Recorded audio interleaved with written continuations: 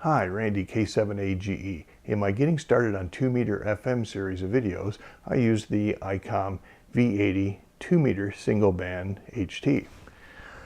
Icom also has a dual band version of the radio called a T70A-HD. So let's take a look at some of the features and operational modes of this radio. Okay, when you buy the T70A-HD, of course you get the radio. And this comes with a battery. The battery that comes with the T70A-HD is a lithium-ion battery, and it's the BP265, and this is a 7.5 volt 1900 milliamp hour battery. And to charge the battery, the radio comes with a drop-in desktop charger as well as a AC power pack that plugs into the wall. And what's kind of nice here is you can plug the battery, slide it into the charger by itself to charge it. Useful if you have a second battery. You can have one on the radio and have one in the charger. The LED lights up orange when it's charging, and this will change to green when it's charged. And of course the battery attaches to the back of the radio. You just kind of hinge it in from the top, and close it at the bottom, and there's a latch that you just push and snap. Now the battery's attached to the back of the radio, and the radio and the battery can also go into the charger to charge the radio. Also included is a belt clip, and this just slides onto a slot here in the back of the battery pack, and you'd push that all the way down, and then you can attach the radio to your belt. Also included in the radio, of course, is the Icom manual.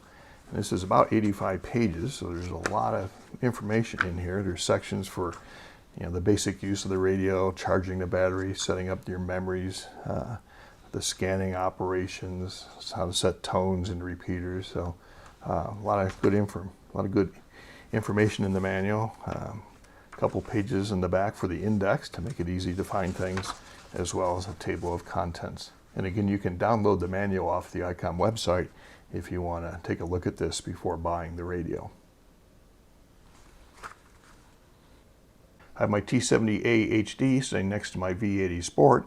One of the things you'll notice is that the display is larger on the T70 than on the V80.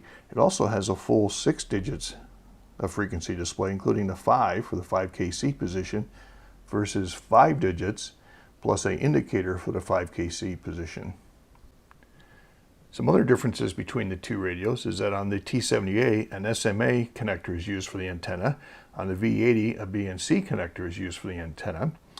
An external speaker microphone plugs into the top of the T70A beneath this plastic flip-open cover, whereas on the V80, you have to remove this side cover before you can plug in your speaker microphone.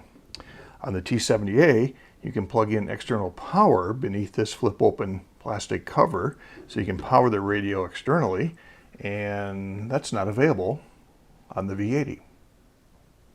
So the DC connector on the side of the radio allows you to power the radio from your 12-volt cigarette lighter in your car, and Icom offers several different power cable adapters for that. I happen to have the CP19R, which goes into the cigarette lighter and then plugs into the side of the radio, and this happens to be the same one I can use on my ID51. So I have something here I can use on 2 different radios.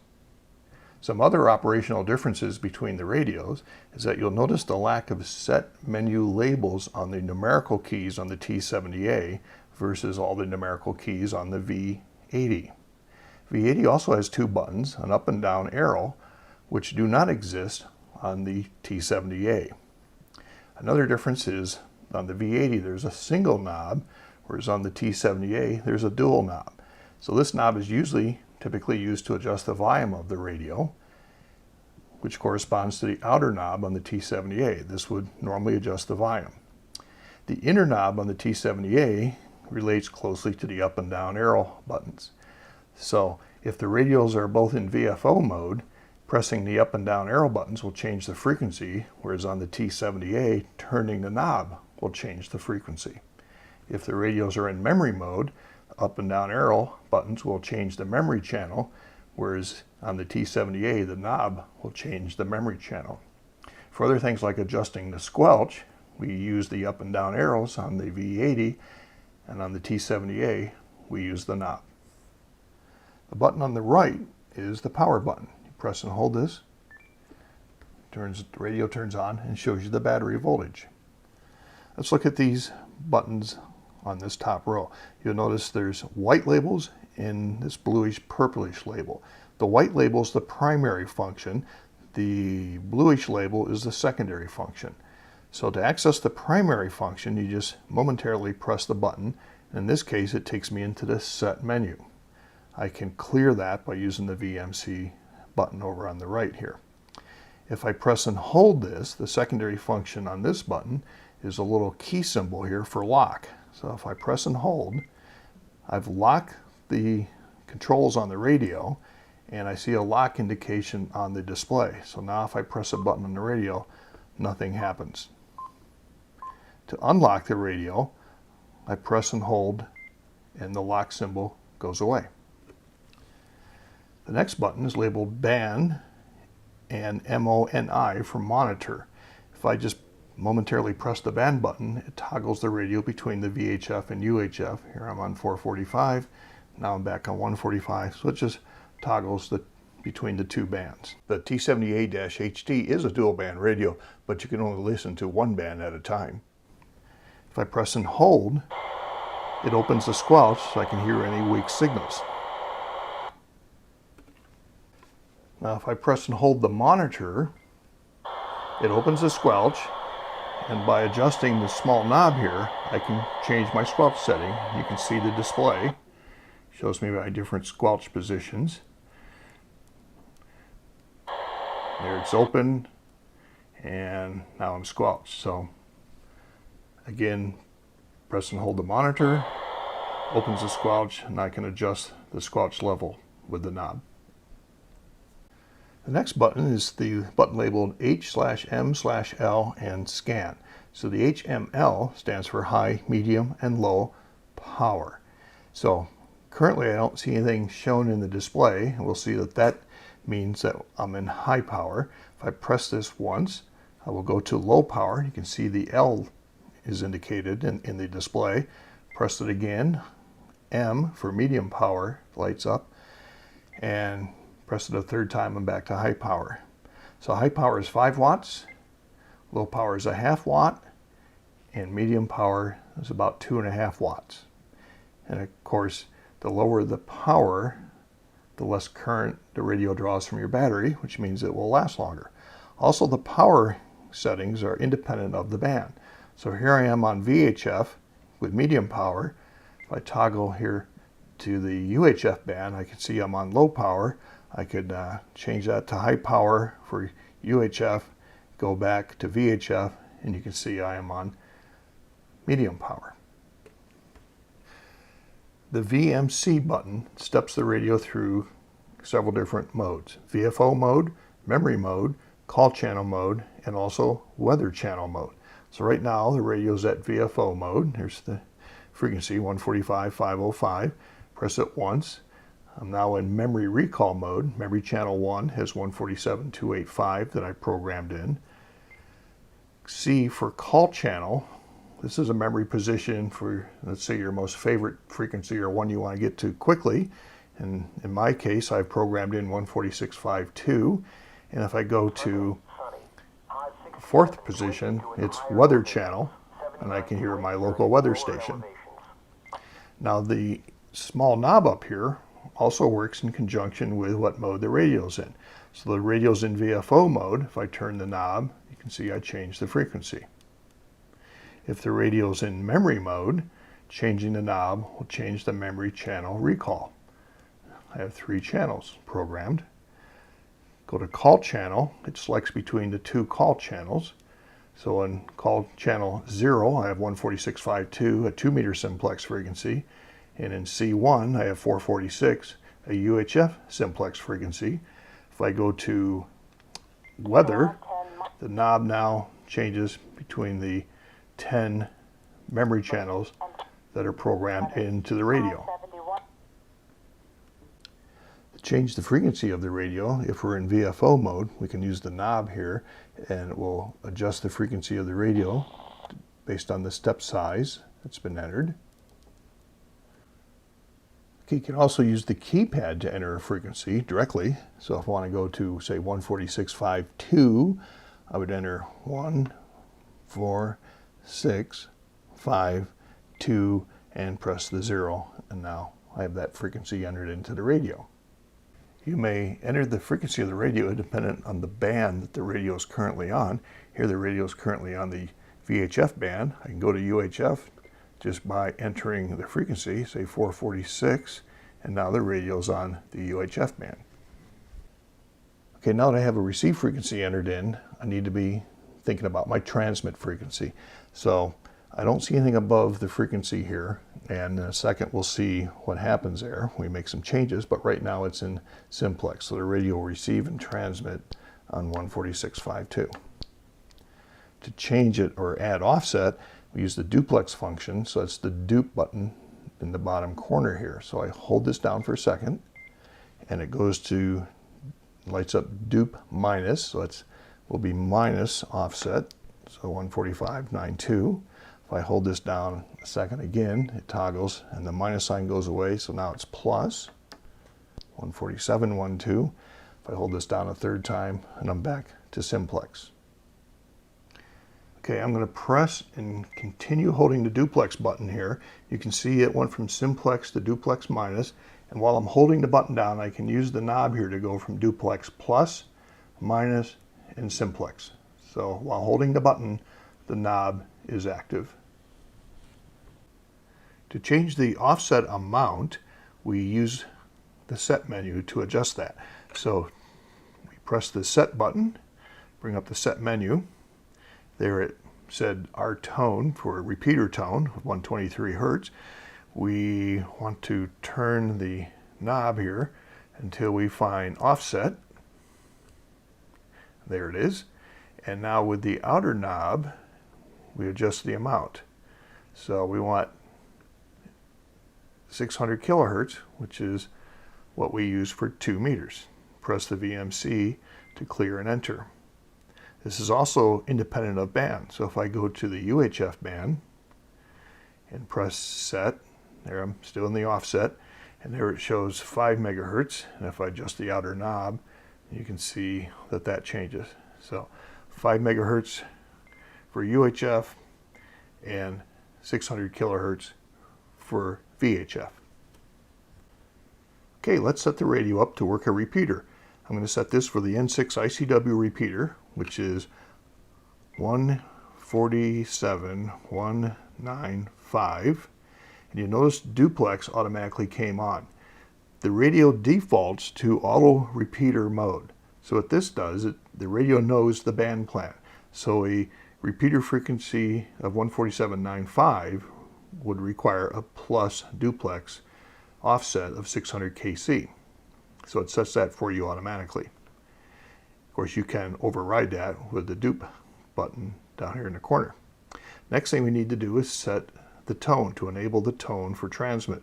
So here's the tone button. If I press and hold that, you'll see the T has lit up on the display here, and that means the tone is enabled for transmit. There are many different tone modes to the radio. Typically what you'll want is just to enable the tone on transmit in order to key up the repeater. So that's just a T. But the other modes you can access by holding the tone button down, and you can see the display there is changing. There's 6 different tone modes. So if you're in one of these and you want to get back to tone to T quickly, just hold the tone button down and use the knob and scroll back to just the T. To set the tone frequency, we do that through the set menu system. So we press the set, and it came up and says offset. That's where we were last. And by using the small knob here, I want to turn this until I see our tone for repeater tone.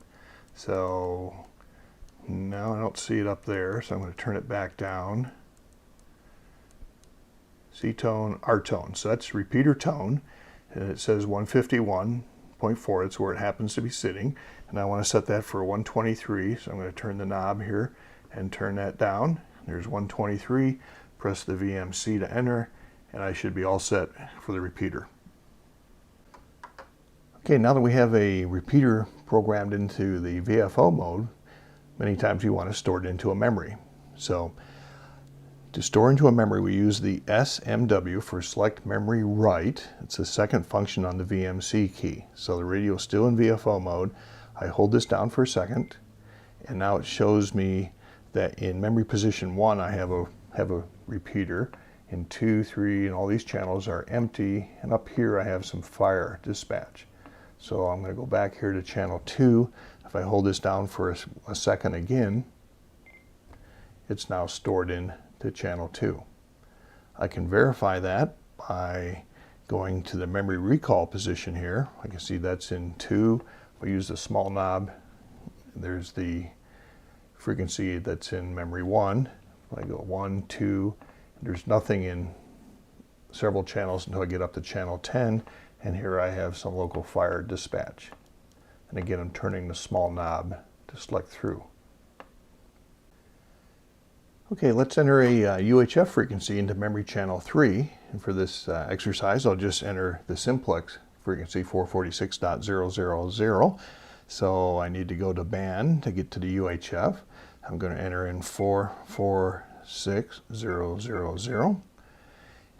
It's not showing any duplex, so I'm simplex. I hold the right key down for a second, and I'm going to put it into 3, and I hold that down a second again. It beeps, and now I have that in channel 3. I can verify that by going into memory recall. I see the MR light up here. Now 446 is in 3. There's my 147, 195, and 2, and my other repeater. So the memory channel positions can be either UHF or VHF. The T70A-HD has 300 memory channels, plus 2 call memory channels, one for each band for your favorite frequency, plus 50 scan edge memory channels. These are 25 pairs of memories of a low and high frequency that the radio may scan between. The T70A-HD also has 26 memory banks labeled A to Z, and up to 100 memory channels may be assigned to each memory bank. The memory banks in the radio are useful, especially when it comes to scanning, because you can scan any one of the memory banks in the radio. So you could use one bank to store all of your local club's repeaters, a different bank to store all the repeaters in your area. You could store repeaters from an area that you visit in a third bank, and in a fourth bank you could store all the public service channels that you listen to, such as fire and police. The T70A-HD has many scan types. One type is full scan, where it scans all of the VHF and UHF frequencies. The selected scan type scans either VHF or UHF frequencies, so it's one band at a time instead of both. The program scan type of memory scans between the lower and upper band edge memory pair. So the radio can have up to 26 of these pairs of memories, and you can select a pair and the radio will scan between the lower frequency and the higher frequency, and this is useful for scanning a subsection of a band. And there's memory channel scan, which scans all of the memories, or you can scan just a bank of memories, and you can also tag a memory channel for it to skip. To make it quick and easy to program your radio, Icom offers the CST70 cloning software that works with one of the 2 cables. The OPC-478 is a serial cable, whereas the OPC-478/UC is a USB cable. These are cloning cables that connect between your PC and your radio. So this provides quick and easy programming of memory channels, names, etc. within the radio. It makes it much easier to set up your radio. You may also download the information from your radio back into the computer, make changes, and reload into the radio. Makes it very nice to keep your radio up to date. Well, that's about all the time we have in this video to cover the features of the T70A-HD dual band Icom handy-talkie. For more information, please visit the Icom website, where you may download the product brochure and the instruction manual for the radio. Thank you, Randy, K7AGE.